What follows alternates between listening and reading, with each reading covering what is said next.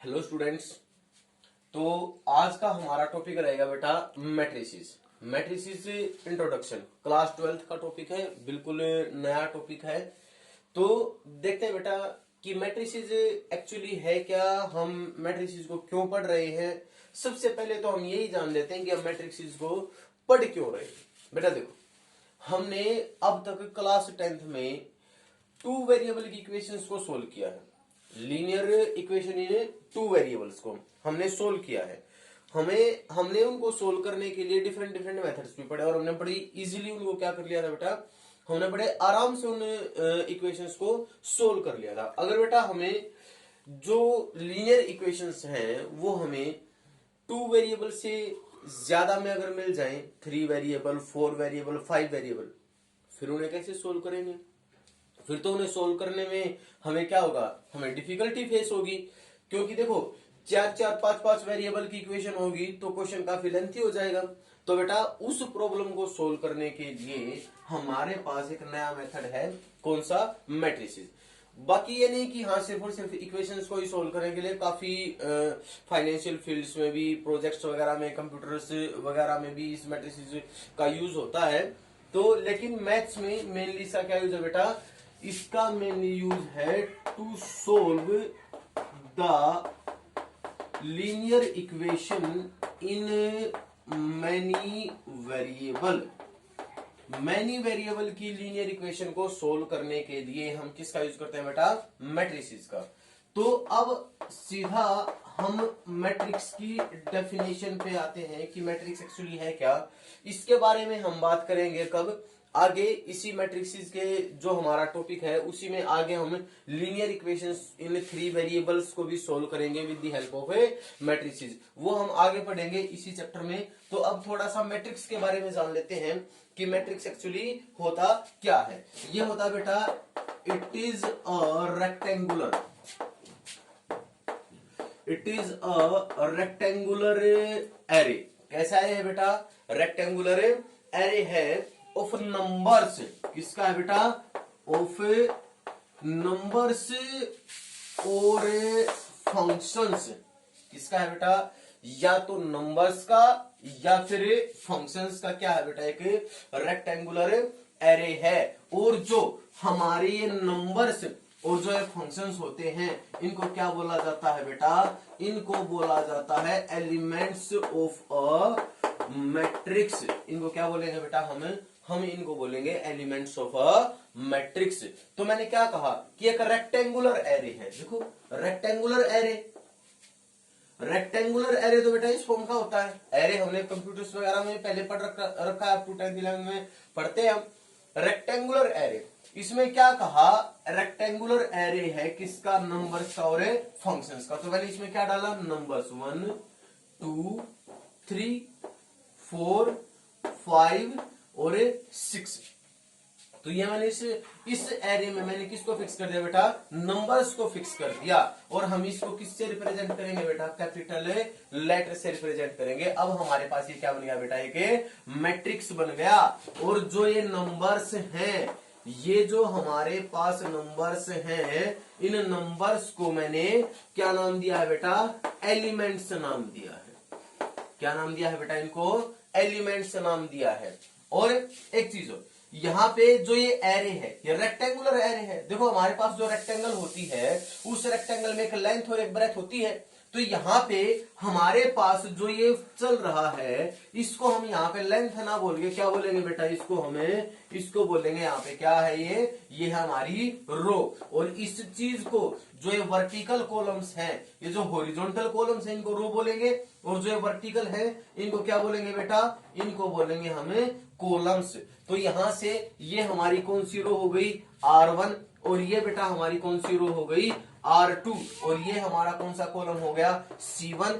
ये C2 column. और ये बेटा हमारा कौन सा कॉलम हो गया, C3 कॉलम हो गया। तो हम इस प्रकार से किसी भी एक मैट्रिक्स को क्या कर सकते हैं बेटा, रिप्रेजेंट कर सकते हैं। तो यहां तक हर विद्यार्थी को समझ में आया होगा।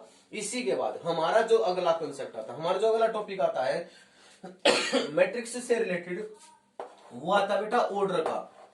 कि ऑर्डर क्या होता है, कि किसी मैट्रिक्स का ऑर्डर एक्चुअली है क्या? तो उसके लिए एक सिंपल सी चीज है, number of rose, number of rows cross, इसको हम यहां मल्टीप्लीकेशन वगैरह कुछ नहीं बोलेंगे बेटा, हम इसको बोलेंगे cross number of columns, number of rows cross number of columns. अब देखो बेटा, इसी मैट्रिक्स की बात करते हैं। यहां पे हमारे पास कितनी रो हैं? 1 2, तो यहां पे मेरे पास थी 2 रो क्रॉस 1 2 और 3, तो 3 क्या हो गया बेटा हमारे पास है कॉलम्स। तो इस मैट्रिक्स का बेटा मेरे पास ऑर्डर क्या हो गया? 2 क्रॉस 3 या फिर 2:3 का ऑर्डर है इस मैट्रिक्स का। तो अब बात करते हैं बेटा एक बिल्कुल सिंपल सा, थोड़ा सा एक और मैट्रिक्स को रिप्रेजेंट कर लेते हैं और ऑर्डर के बारे में देख लेते हैं कैसे है कैसे नहीं है, देखते हैं आगे। मैंने एक और मैट्रिक्स लिया, मैट्रिक्स बी, 2 3 4 5 6 7 8 9 10 11 12 और 13। देखिए अब यहां पे मेरे को क्या करना है, इस मैट्रिक्स का ऑर्डर फाइंड आउट करना है। इस मैट्रिक्स का क्या फाइंड आउट करना है बेटा? ऑर्डर फाइंड आउट करना है। अब देखा मैंने यहां पे R1 R2 R3 R4 C1 C2 और C3। हमेशा जब भी ऑर्डर लिखो तो नंबर ऑफ रोज हमेशा लिखनी है बेटा पहले, और नंबर ऑफ कॉलम्स लिखेंगे हम बेटा बाद में। तो ये तो हो गया बेटा हमारे पास कि मैट्रिक्स को रिप्रेजेंट कैसे किया जाता है, एलिमेंट्स को कैसे लिखा जाता है, कैपिटल लेटर से मैट्रिक्स को रिप्रेजेंट किया जाता है, एलिमेंट्स को इस एरे की फॉर्म में लिख लिया जाता है, और ऑर्डर के लिए पहले number of rows cross number of columns होता है। अब बात करते हैं रिप्रेजेंटेशन की, कि how to represent the elements of a matrix and the matrix. देखते बेटा, अब मैं इस पहले एलिमेंट को देखता हूं, यहां पे मैं लिख रहा हूं बेटा रिप्रेजेंटेशन, कि how to represent the elements of a matrix. अब इस एलिमेंट की बात करता हूं बेटा। अब ये जो मेरा एलिमेंट है ये कौन सी रो में है बेटा? ये जो मेरा एलिमेंट है कौन सी रो में है? ये फर्स्ट रो में है, और कॉलम कौन सा हो गया इसका?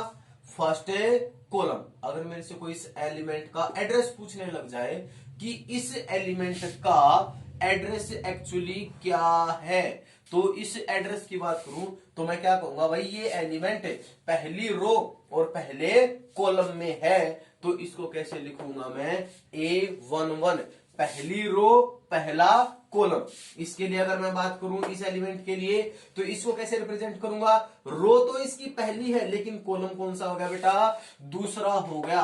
पहली रो दूसरा कॉलम। अगले के लिए अगर मैं बात करूं, पहली रो तीसरा कॉलम, और ऐसे ही अगर मैं बात करता चला जाऊं तो पहली रो nth कॉलम, पहली रो और nth कॉलम। अब इसकी बात करूंगा, इस 5 की। 5 के लिए क्या है? ये हमारे पास अब रो कौन सी होगी बेटा? रो तो हो गई दूसरी, लेकिन कॉलम कौन सा रहा? पहला। रो हो गई दूसरी, कॉलम कौन सा रहा? दूसरा। रो हो गई दूसरी, कॉलम कौन सा रहा? तीसरा। तो ऐसे ही करते करते सेकंड रो और nth कॉलम, और ऐसे ही यहां पे बेटा करते करते मैं कहीं ना कहीं mth रो पे आ जाऊंगा, लेकिन कॉलम कौन सा रहेगा मेरा? फर्स्ट। mth रो कॉलम कौन सा रहेगा बेटा? सेकंड। mth रो कॉलम कौन सा रहेगा बेटा? थर्ड। mth रो और कॉलम कौन सा रहेगा बेटा? nth कॉलम कौन सा रहेगा बेटा मेरा? nth कॉलम रहेगा। तो इस प्रकार से मैं एक मैट्रिक्स की जनरल रिप्रेजेंटेशन कर सकता हूं। तो अब मैं इस मैट्रिक्स को क्या लिखूंगा बेटा? Matrix A is equals to, अब जो इसके जो एलिमेंट्स हैं, अगर मान लीजिए मैं कहीं ना कहीं करता हूं, कहीं ना कहीं एलिमेंट्स में मैं कहता हूं कि भाई मेरी ith रो थी, कौन सी रो थी बेटा बीच में? ith रो थी, और पहला कॉलम। ith रो दूसरा कॉलम, ith रो तीसरा कॉलम, और कहीं ना कहीं ith रो jth कॉलम रहा होगा और ith रो nth कॉलम रहा होगा। तो क्या मैं मैट्रिक्स को रिप्रेजेंट कर सकता हूं aij ith रो jth कॉलम। अगर मान लीजिए मेरे को यहां पे और ऑर्डर क्या है मेरा बेटा m करो से n। अगर मान लीजिए मेरे को यहां पे लिखना है कि भी पहली रो और पहली कॉलम का एलिमेंट है, तो क्या लिखूंगा बेटा A1 और ऑर्डर क्या रहेगा उसका m करो से n। उसका ऑर्डर क्या रहेगा बेटा m करो से n। तो हम इस प्रकार से किसी भी मैट्रिक्स को रिप्रेजेंट कर सकते हैं। हम इस प्रकार से किसी भी मैट्रिक्स को जनरली रिप्रेजेंट कर सकते हैं। और इस पे बेटा क्वेश्चंस भी आते हैं। किस प्रकार के क्वेश्चंस आते हैं, एक क्वेश्चन देखते हैं कि किस प्रकार का क्वेश्चन आता है जब भी ये होता है। तो देखते हैं एक question.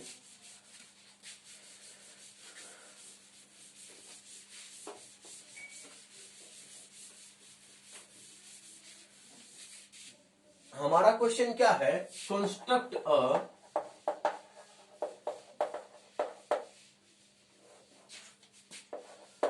2x3 matrix, construct a 2x3 matrix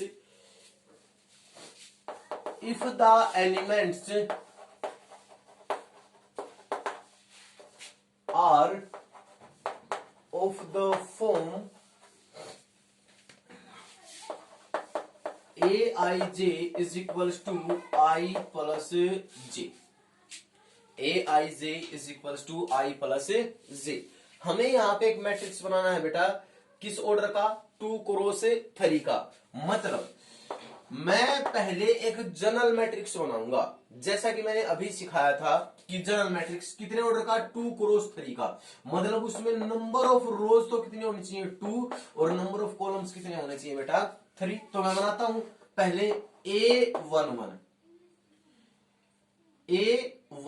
मैंने एक रो स्टार्ट की है, लेकिन कॉलम मेरे कितने होने चाहिए 3। A12 A13 पहली रो बना दी, लेकिन कॉलम मेरे कितने होने चाहिए बेटा 3। तो मैं 3 तक ही गया।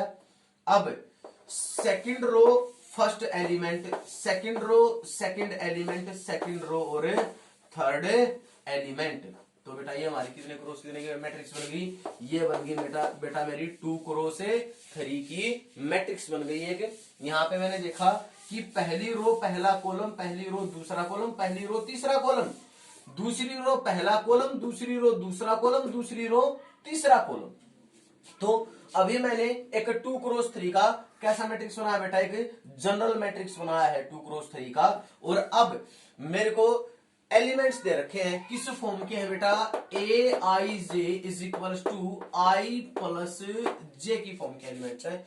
तो आई प्लस जे की फॉर्म के एलिमेंट्स हैं। तो मैंने पहला एलिमेंट लिखा A11। देखो बेटा आई की जगह पे क्या है 1 और जे की जगह पे क्या है बेटा 1 आया है। तो क्या लिखूंगा मैं 1 प्लस 1 इज इक्वल टू 2। और ऐसे ही A12 is equal to 1 plus 2 is equal to 3 और A13 is equal to 1 plus 3 is equal to 4। अब इसी के बाद A21 मेरा कितना हो जाएगा 3 और A22 मेरा कितना हो जाएगा बेटा 4 और A23 मेरा कितना हो जाएगा बेटा 5। तो इसी मैट्रिक्स को मैं आगे क्या लिख दूंगा कि मेरा क्या बनेगा ये 2 3 4 और यहां से 3 4 और 5 और ये बनेगा बेटा मेरा 2x3 का मैट्रिक्स। तो इस प्रकार के जब भी क्वेश्चन आएंगे आपके एक्सरसाइज 3.1 में, तो आप आराम से इन क्वेश्चंस को क्या कर सकते हो बेटा सोल्व कर सकते हो। अब इसी के साथ हमारा एक और छोटा सा टॉपिक आता है कि नंबर ऑफ एलिमेंट्स